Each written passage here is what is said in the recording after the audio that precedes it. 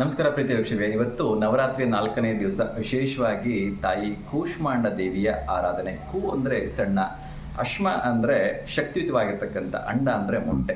ಒಂದು ಸಣ್ಣ ಶಕ್ತಿಯುತವಾಗಿರ್ತಕ್ಕಂಥ ಮೊಟ್ಟೆಯ ರೂಪದಲ್ಲಿ ಈ ಕೂಷ್ಮಾಂಡ ದೇವಿಯನ್ನು ನಾವು ಆರಾಧನೆ ಮಾಡ್ತೀವಿ. ಅದರಲ್ಲೂ ಕೂಡ ಆ ಭಗವಂತ ಮಹಾವಿಷ್ಣು, ಆ ಬ್ರಹ್ಮದೇವ ಈ ಒಂದು ಭೂಲೋಕವನ್ನು ಸೃಷ್ಟಿ ಮಾಡಿದಾಗ, ಈ ಬ್ರಹ್ಮಾಂಡವನ್ನು ಸೃಷ್ಟಿ ಮಾಡಿದಾಗ ಜಗತ್ತೆಲ್ಲವೂ ಕತ್ಲೆಯಿಂದ ಇತ್ತಂತೆ. ಆ ಒಂದು ಭೂಗೋಳಕ್ಕೆ ಬೆಳಕನ್ನು ನೀಡಿದ್ದು, ಆ ಶಕ್ತಿಯುತವಾಗಿರ್ತಕ್ಕಂಥ ಎಲ್ಲ ಅಶ್ವಪುಂಜಗಳಿಗೆ, ಆ ಸೂರ್ಯದೇವನಿಗೆ ಬೆಳಕಿನ ಶಕ್ತಿಯನ್ನು ನೀಡಿದ್ದು ಈ ಕೂಷ್ಮಾಂಡ ದೇವಿ ಅಂತೇಳಿ ಹೇಳಲಾಗತ್ತೆ.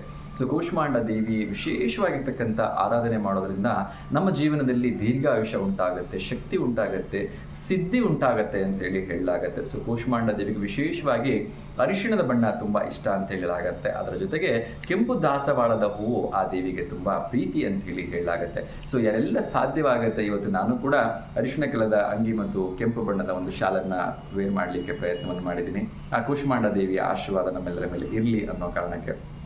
ಅದರ ಜೊತೆಗೆ ಕೂಷ್ಮಾಂಡ ದೇವಿಗೆ ನೈವೇದ್ಯವನ್ನು ಏನು ಮಾಡಿದ್ರೆ ಒಳ್ಳೆಯದು ಅಂತ ಹೇಳಿದ್ರೆ, ಅದರಲ್ಲಿ ಹೆಸರಲ್ಲೇ ಇರೋ ಹಾಗೆ ಕುಂಬಳಕಾಯಿಯ ಹಲ್ವಾ ಆ ದೇವಿಗೆ ತುಂಬ ಪ್ರೀತಿ ಅಂತ. ಅದರ ಜೊತೆಗೆ ಮೊಸರನ್ನವನ್ನು ಕೊಟ್ಟರೆ ಆ ದೇವಿ ಸಂಪ್ರೀತಳಾಗ್ತಾಳೆ ಅಂತೇಳಿ ಹೇಳಲಾಗುತ್ತೆ. ಹಾಗೆ ಕೂಷ್ಮಾಂಡ ದೇವಿಯನ್ನು ಆರಾಧನೆ ಮಾಡೋದಕ್ಕೆ ನಾವು ಯಾವ ರೀತಿಯ ಒಂದು ಸಾಧ್ಯವಿದೆ, ಅದೆಲ್ಲ ರೀತಿಯಿಂದ ಕೂಷ್ಮಾಂಡ ದೇವಿಯನ್ನು ಸಂತೋಷಪಡಿಸಲಿಕ್ಕೆ ಸಾಧ್ಯವಾಗುತ್ತಂತೆ.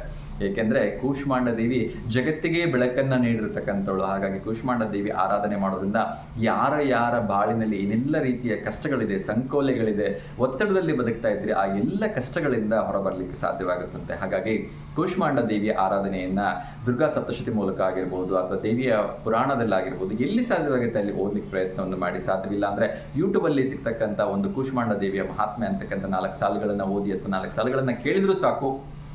ಅಥವಾ ಯಾವುದೂ ಆಗೋದೇ ಇಲ್ಲ ಅಂತ ಹೇಳಿದ್ರೆ ಓಂ ಐಂ ಹೀಂ ಶ್ರೀ ಕೂಷ್ಮಾಂಡ ದೇವಿ ನಮಃ ಅಂತಕ್ಕಂಥ ಮಂತ್ರವನ್ನು ನಿಮ್ಮ ಶಕ್ತಾನುಸಾರವಾಗಿ 21 ಅಥವಾ 51, 108 ಬಾರಿ ಅಥವಾ 121 ಬಾರಿ ಹೇಳಿದ್ರು ಸಾಕು. ಆ ಕೂಷ್ಮಾಂಡ ದೇವಿ ನಿಮಗೆ ಸಕಲ ಅನುಗ್ರಹಗಳನ್ನು ನೀಡ್ತಾಳೆ ಅಂತೇಳಿ ಹೇಳಲಾಗತ್ತೆ.